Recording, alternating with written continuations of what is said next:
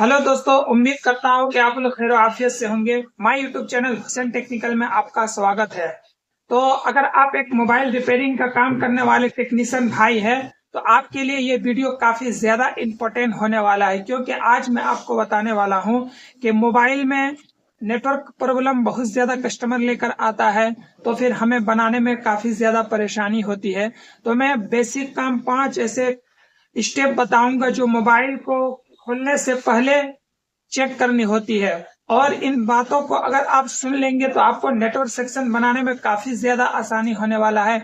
और बेसिक काम होने बताने के बाद मैं फिर आपको नेटवर्क सेक्शन के बारे में पूरी डिटेल में हम लोग समझेंगे कि अगर आपके मोबाइल में नेटवर्क नहीं आ रहा है या 4G नेटवर्क का प्रॉब्लम है या नेटवर्क आपका बिल्कुल नो सिग्नल में चला गया है या इमरजेंसी कॉल बना हुआ है, इसकी सप्लाई के बारे में बात करेंगे। नेटवर्क सेक्शन में क्या क्या चेक करनी होती है या कौन सी सेक्शन में कितनी वोल्टेज आती है, 1.8 वोल्ट, 1.0 वोल्ट, 3.7 वोल्ट, तो सारी चीजों को स्टेप बाय स्टेप चेक करेंगे। इससे पहले आपसे बस मेरी एक रिक्वेस्ट है कि अगर आपने मेरे चैनल को सब्सक्राइब नहीं किए हैं तो चैनल को सब्सक्राइब करके नोटिफिकेशन को ऑन कर लीजिए, आपकी बड़ी मेहरबानी होगी।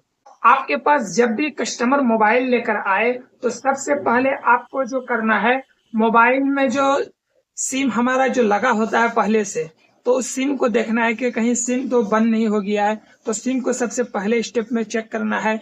और दूसरा स्टेप में आपको जो चेक करना है वो चेक करना है, सेटिंग में आपको जाना है, और सेटिंग में जाने के बाद आपको फ्लाइट मूड करके भी देखना है। अगर वो हो जाए तो ठीक है, और अगर फिर भी आपका नेटवर्क ना आए तो तीसरा स्टेप में आपको जो चेक करना है वो चेक करना है कि सेटिंग में जाने के बाद सर्च करना है।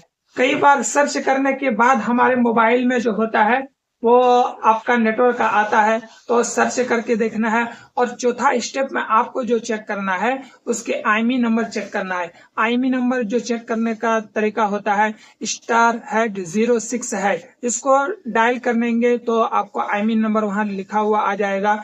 आईएमई नंबर पता चल जाने के बाद आपको ये कंफर्म होता है कि मोबाइल में नेटवर्क का प्रॉब्लम जो है वो मोबाइल से है, ऊपर से कोई प्रॉब्लम नहीं होता है। उसके बाद आपको 5वां स्टेप, ये स्टेप जो होता है आपके लिए जानना बहुत ज्यादा जरूरी होता है। ये स्टेप बहुत टेक्निक वाला स्टेप है, तो इसको थोड़ा ध्यान से सुनिएगा कि हमारे मोबाइल में अगर कस्टमर आया मोबाइल, उसके बाद अगर उसमें 4G सिम लगा हुआ पहले से, तो आपको एयरटेल सिम लगा के उसमें चेक करना है। एयरटेल सिम लगाने का फायदा आपको ये मिलेगा कि अगर मोबाइल में 4G आईसी अगर खराब होगा तो एयरटेल सिम लगाने से आपका 2G नेटवर्क आ जाएगा, और 100% आपका 4G आईसी खराब समझ में आ जाएगा। तो 4G को सिर्फ हिट करने से भी आपके मोबाइल में नेटवर्क आ जाएगा। तो 4G सिम लगा हुआ तो एयरटेल लगाने इसका बहुत फायदा है, तो ये भी करना होगा आपको। अगर 5 ऐसे ऊपर से चेक करने के बावजूद भी आपके मोबाइल में अगर नेटवर्क ना आए तो फिर आपको नेटवर्क सेक्शन के बारे में हम आपको अपना जो मेरा पीसी है कंप्यूटर में, इसमें आपको समझाऊंगा कि कौन से लाइन कहाँ पर जाते हैं। सारी चीजों को एक एक करके बात करते हैं। का हम लोग एक ठो सेट लिए हैं, इसमें नेटवर्क सेक्शन के बारे में पूरी डिटेल में हम लोग समझेंगे कि कौन से लाइन कहाँ पर जाता है, कौन से लाइन में कितना वोल्टेज आता है, कौन से लाइन ब्रेक होने से हमारे मोबाइल में नेटवर्क का प्रॉब्लम होता है। नेटवर्क प्रॉब्लम यहाँ पर देखने में आपको काफ़ी मुश्किल लगता होगा ये लाइनें, लेकिन इतना मुश्किल नहीं है। एक बार वीडियो पूरा देख लेंगे तो आपको बहुत ज़्यादा समझ में आ जाएगा कि नेटवर्क सेक्शन आखिर वर्क कैसे करता है। और वर्क कैसे करता है अगर पता चल जाए तो आपको नेटवर्क सेक्शन, नेटवर्क का कोई भी प्रॉब्लम हो बनाने में काफ़ी ज़्यादा आसानी होने वाला है। तो आप वीडियो को पूरा ज़रूर देखिए। और मेरी आपसे एक रिक्वेस्ट है कि अगर आपने मेरे चैनल को सब्सक्राइब नहीं किया तो चैनल को सब्सक्राइब करके नोटिफिकेशन को ऑन कर लीजिए, आपकी बड़ी मेहरबानी होगी। तो सबसे पहला स्टेप में नेटवर्क सेक्शन को चेक करना होगा, वो चेक करना होगा एंटीना स्विच। एंटीना स्विच में जो वायर हमारा लगता है सब बोर्ड से, वो यहाँ पर आकर के लगने के बाद यहाँ से एक लाइन निकलता है, इस फिल्टर के ज़रिए आपका 2G PFO में जाकर के इनपुट होता है। उसके बाद यहाँ से जो लाइन निकलता है हमें चेक करना होगा, यहाँ से मेन लाइन जो निकलता है TRX का लाइन को चेक करना है। TRX का मतलब होता है कि ये सिंगल को फिल्टर भी करता है और सिंगल को रिसीव करने के लिए भी काम करता है। तो यहाँ पर एक डुप्लेक्सर लगा हुआ है, अगर ये डुप्लेक्सर अगर ख़राब रहेगा तो आपके मोबाइल में नेटवर्क का प्रॉब्लम नहीं आएगा। चाहे आप 4G IC बदल लीजिए या RF IC बदल दीजिए, कोई भी IC बदल दीजिएगा आपका मोबाइल काम नहीं करेगा। तो यहाँ से एक लाइन निकल करके आपका जो जा रहा है यहाँ से होते हुए आपका, और ये लाइन जो है PRX का लाइन है और यहाँ RF IC में जा कर के इनपुट हो रहा है। और यहाँ से फिर आपका इस डुप्लेक्सर से एक लाइन और निकलता है जो कि आपका 4G IC पावर एम्पलीफायर में जा कर के इनपुट होता है। तो सबसे पहला स्टेप में इस लाइन को चेक करना है। दूसरा स्टेप में सीधा आपको जाना है चार्जिंग IC। ये चार्जिंग IC है, यहाँ से एक लाइन निकलता है, इस दोनों कैपेसिटरों पे आपको 3.7 से लेकर 4.2 वोल्ट चेक करना होगा। उसके बाद ये बीबेड लाइन है।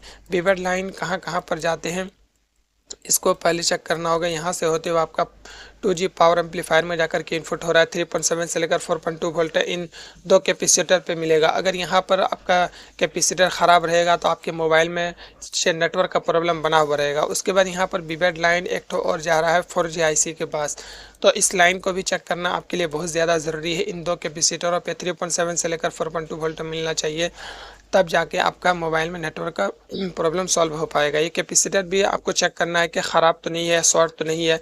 उसके बाद आपको चेक हो गया दूसरा स्टेप। अब तीसरा स्टेप में जो आपको चेक करना है, हमारे मोबाइल में जो है ये RF IC यहाँ पर जो लगा हुआ है, ये RF IC को चलने के लिए पावर की ज़रूरत पड़ती है। तो पावर हमारे मोबाइल में कहाँ से आएगा, तो पावर आपको देगा, पावर जो हमारे मोबाइल में आता है पावर IC से, और यहाँ से कौन कौन लाइन जाता है उसको चेक करना है। तो तीसरा स्टेप में जो लाइन चेक करना है, यहाँ से एक लाइन निकलता है वीरेज का लाइन, और ये वोल्टेज रेगुलेट करने के लिए लाइन होता है, जिसमें आपको वोल्टेज देखने को मिलेगा 1.8 वोल्ट।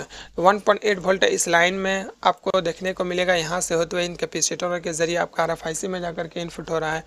उसके बाद आपको फिर यहाँ से और लाइन जो मिलेगा देखने को, यहाँ से दो लाइन देखते हैं एक साथ में, यहाँ से दो लाइन निकलता है जो, और ये वोल्टेज रेगुलेट करने के लिए ही एक लाइन होता है इस कैपेसिटर के ज़रिए। और यहाँ से होते हुए आपका 1.2 वोल्ट आपको देखने को मिलेगा। इन कैपेसिटरों पे अगर आपका 1.2 वोल्ट नहीं मिलेगा तो ये लाइन जो है आपका ब्रेक रहेगा, तो आपके मोबाइल में नेटवर्क का प्रॉब्लम बना हुआ रहेगा। उसके बाद यहाँ से फिर आपका एक कैपेसिटर के ज़रिए यहाँ पर भी आपका 1.2 वोल्ट इसमें तो मिल जाएगा, और यहाँ से इस लाइन में आपको जो है 1.0 वोल्ट मिलेगा। 1.0 वोल्ट इस लाइन में यहाँ से होते हुए कैपेसिटर के ज़रिए RF IC में जाकर के इनपुट होता है। तो इस लाइन को भी चेक करना आपके लिए बहुत ज़्यादा ज़रूरी है। उसके बाद चौथा स्टेप में आपको जो लाइन चेक करना होगा, आपका वीरेज का लाइन एक ये चेक हो गया और दो ये चेक हो गया। उसके बाद यहाँ से एक लाइन निकलता है वीरेज का 1.0 वोल्ट, तो इस लाइन को चेक करना होगा। ये सब लाइन जो है इस कैपेसिटर में 1.0 वोल्ट आपका आना चाहिए, तब जाके आपके मोबाइल में नेटवर्क का प्रॉब्लम सॉल्व हो पाएगा। अगर ये एक भी लाइन मिसिंग रहेगा तो आपके मोबाइल में नेटवर्क नहीं बन पाएगा। तो कौन सा लाइन है उसको ढूंढना पड़ता है कि ब्रेक कौन सा लाइन होगा। और यहाँ पर एक वीरेज का लाइन और है जो LVS का लाइन होता है, और ये लाइन जो है यहाँ से होते हुए इन कैपेसिटर के ज़रिए RF IC में जाकर के इनपुट होता है। तो इन सारे लाइनों का चेक करना आपके लिए बहुत ज़्यादा ज़रूरी है। और एक लाइन है जो काफ़ी ज़्यादा इम्पोर्टेंट होता है, ये लाइन, ये वीरेज का लाइन है। वीरेज का लाइन यहाँ से एक लाइन निकलता है जो कि आपका यहाँ से होते हुए 2-3 जगह जाता है। तो यहाँ से आपको एक लाइन यहाँ से होते हुए आपका जो जा रहा है, यहाँ से 1.8 वोल्ट 4G IC में जाकर के इनपुट होता है। उसके बाद यहाँ से यही लाइन जो है आपका कट करके और आपका यहाँ से होते हुए आपका वीरेज लाइन 1.8 वोल्ट यहाँ से होते हुए आपका 2G पावर एम्पलीफायर में आकर के इनपुट होता है। तो इस लाइन को भी चेक करना आपके लिए बहुत ज़्यादा ज़रूरी है। तो पहला स्टेप में हम लोग एंटीना स्विच को चेक किया, दूसरा स्टेप में हम लोग डुप्लेक्सर को देखे, तीसरा स्टेप में चार्जिंग IC को देखे, चौथा स्टेप में हम लोग कुछ लाइन को देखें RF IC में इनपुट हुआ, और आप कुछ लाइन देखें जो आपका 4G और 2G पावर एम्पलीफायर में देखें पाँचवा स्टेप में। अब छठा स्टेप में अगर ये सब चेक करने के बावजूद भी अगर आपके मोबाइल में नेटवर्क का प्रॉब्लम बना हुआ है तो आपको चेक करना होगा। तो यहाँ पर आपका 2G पावर एम्पलीफायर से दो लाइन निकलता है जो TX का लाइन होता है, और इस लाइन को चेक करना आपके लिए बहुत ज़्यादा जो RF IC में जाकर के इनपुट होता है।